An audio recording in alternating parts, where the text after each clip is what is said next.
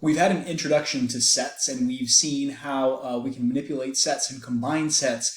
And just like in a class, say, like trigonometry, where there are lots of different identities. For example, the tangent of an angle is the sine of that angle divided by the cosine of that angle. There are also identities for sets, and they can be convenient because they can help us take something that's really complex and simplify it down. For example, we've seen that if you take the intersection between a set and say the universe, you get the set A, right? So what does the universe and A share in common? Well, it shares all the elements of A in common. Of course, in the universe, there could be elements outside of A as well. So our goal here is how do we establish the truthfulness of some of these claims? Well, we've been able to draw Venn diagrams, and there's a problem with Venn diagrams, namely that we've kind of been drawing them as overlapping or three overlapping sets, right? So if I have two sets A and B inside of this universe, then it could be that A and B have this structure. And if I want to show, for example, that the intersection between A and the universe is A, I could draw the Venn diagram where A is shaded, and then I could draw the Venn diagram where A intersect U is shaded and see that they're the same. But the reason that's problematic is because what we're doing is we're assuming that A and B do overlap like this. But here are some other possibilities. So we would have to shade for this picture, but also for the picture where A and B actually never overlap. Is the intersection between A and the universe still simply A for this particular variation of how A and B behave? These are called mutually exclusive sets, by the way. There's no intersection between them, or at least the intersection is empty. And that's just one possibility. Another possibility is where perhaps A and B are the same set. They're the same. And another picture yet would be where one of them is nested within the other, where B in this case is a subset of A, and yet another picture where the opposite of that, where A is a subset of B. So you can see that we would actually need to establish or prove something for all of these different pictures to say that, hey, is A intersection U equal to A at all times, regardless of the structure of A and B. Now, with A, B, and C, it gets the number of pictures grows tremendously because A and B can overlap, but C is mutually exclusive of A and B, and so on. Now, one way that we could prove that in general, without having to consider all of these different cases, these are the different cases, as we would say in mathematics, instead of proving and shading for all these different cases, there's a much more elegant way to do this, and that's via what we call a membership table. Now, a membership table is similar to a truth table, if you've seen one of those. If not, that's okay. The idea is to place, quote unquote, an element in every single possible region of set combinations.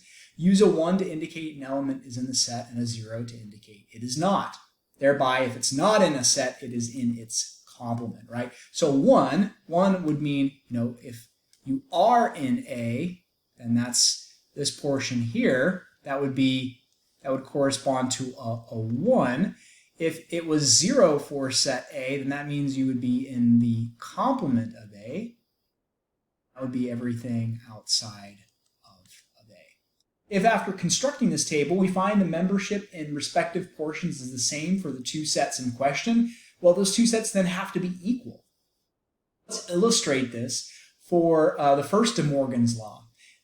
First de Morgan's law says that if you take everything outside of the intersection between A and B, that you get the complement of A, the complement of B, all shaded together. We're saying that those two things are equal. Now, you might just take this as a triviality, but it's actually a law that does need some proof.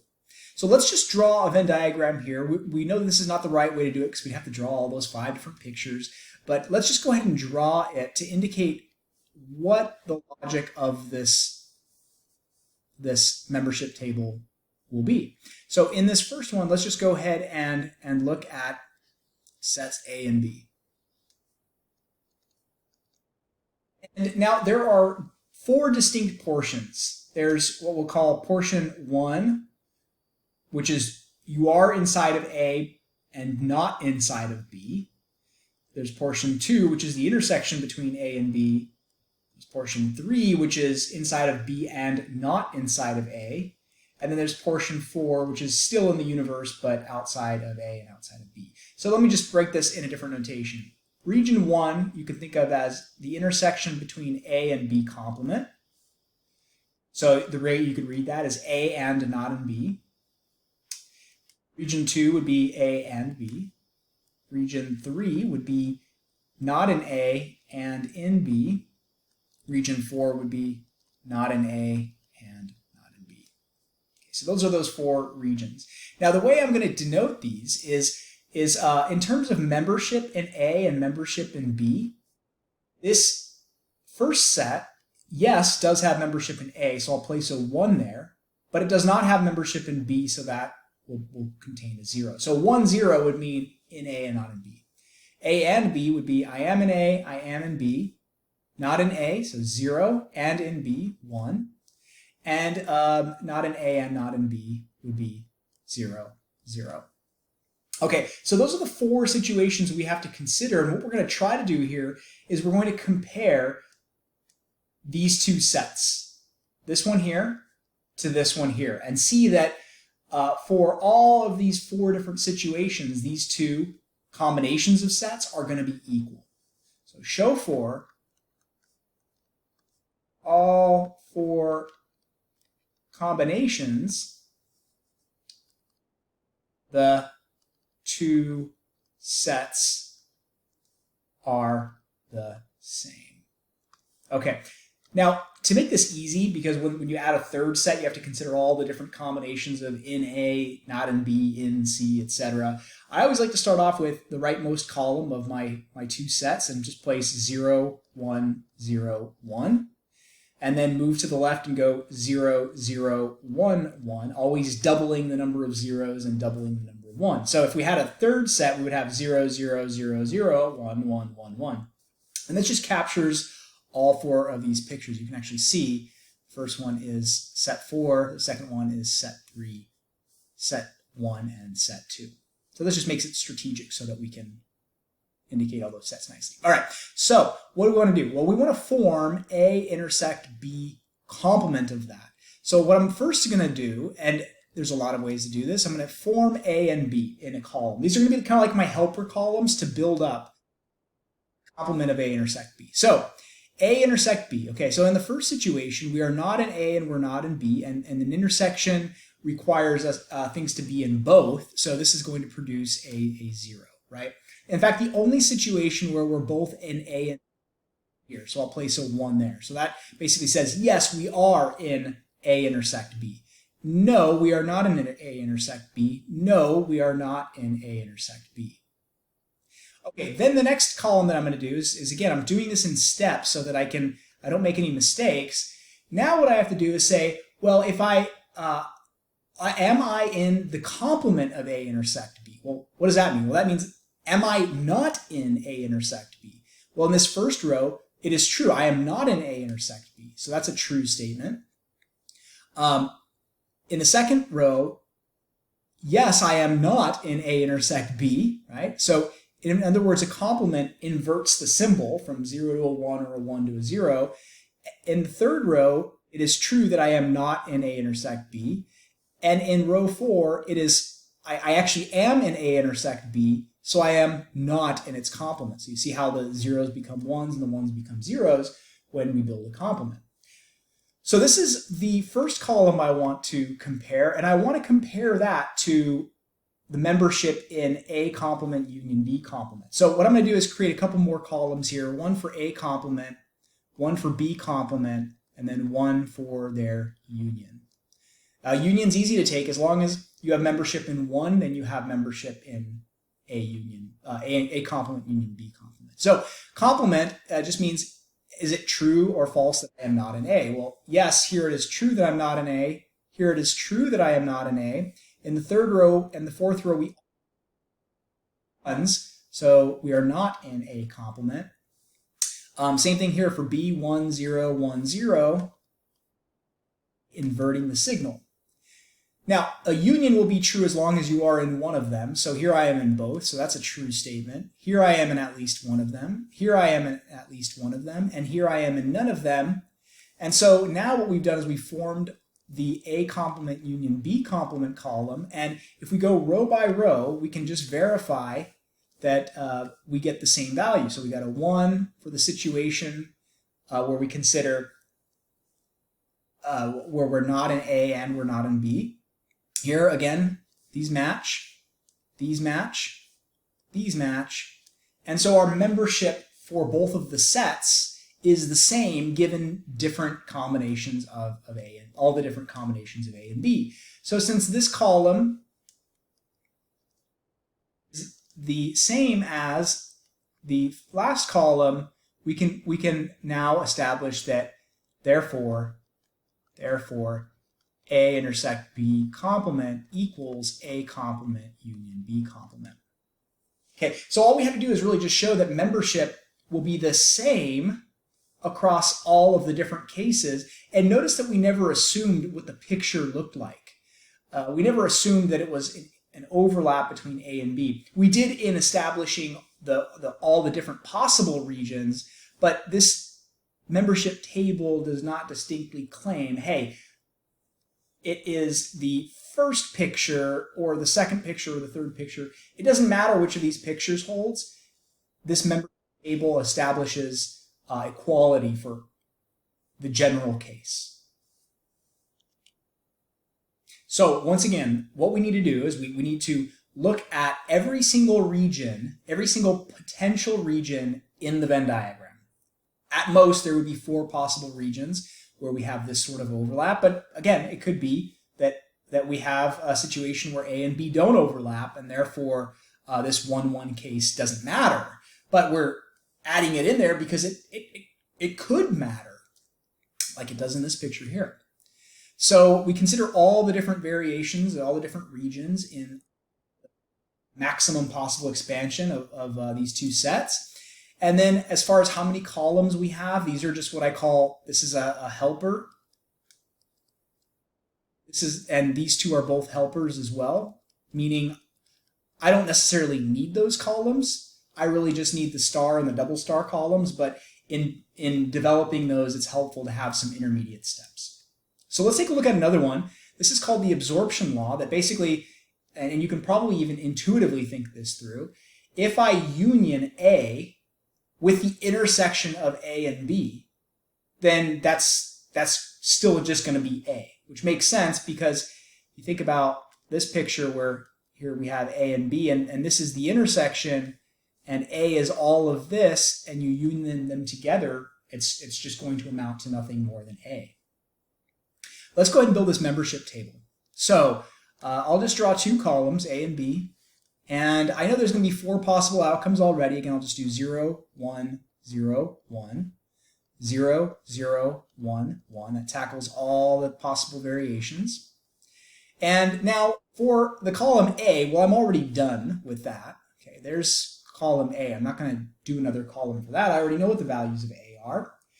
But I need to somehow find the intersection of A and B. So I'll start off with this helper column, A intersection B. Now remember, this is only going to produce a 1 if you're in both A and B. So that's only down here. Here we're not in both. Here we're not in both. Here we're not in both. Now, what do I want to do with that? Well, I want to union that with A. So now I'll take the union of A and A intersect B. Okay, so look at the first and the third columns. If either of them or both of them are 1s, then this will be a 1. If they're both 0s like here and here, then you're not in one or the other. Here we're in A, but not in A intersect B. Here we're in A, and we're in A intersect B. So, Oh, I'm sorry, these should have produced zeros up here. This should be a 0. This should be a 0. Okay, well, that builds the right-hand side. Notice that I just had one helper column. Again, this is up to us to determine. And now we just need to check row by row that they produce the same values. Well, A and A union A intersect B are the same there. A and A union A intersect B are the same there. Same here, and the same here.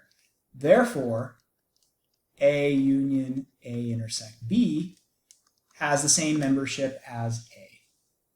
Perfect. Okay, well, now let's take a look at one where we have 3 sets. And this is the distributive law that if you have distribution to an intersection over a union, that A union quantity B intersect C is the same thing as A union B intersect. Okay, so let's go ahead and build this membership table. So I'm going to have 3 columns here, one for A, one for B, one for C. Now I'm going to need more rows here, and the rows that I'll have, I'll start off in the rightmost column to illustrate all of these. We'll have 0, 1, 0, 1. Okay, now we'll have 0, 0, 1, 1, and then we'll have 0, 0, 0, 0.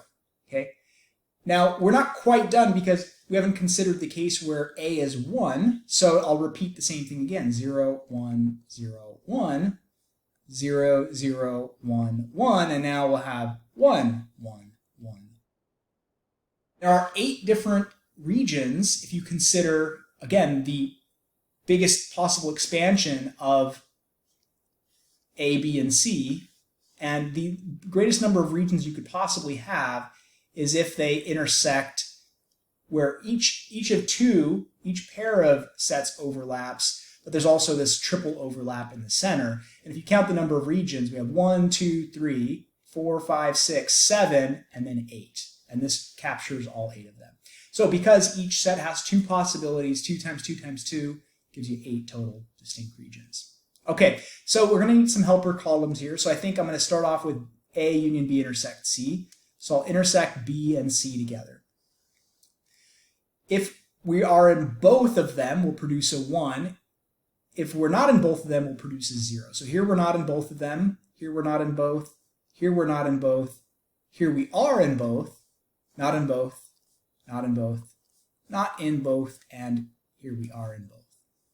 Now, I want to union A with this last column I created, B intersect C. So as long as A is 1 or B intersect C is 1, we're good.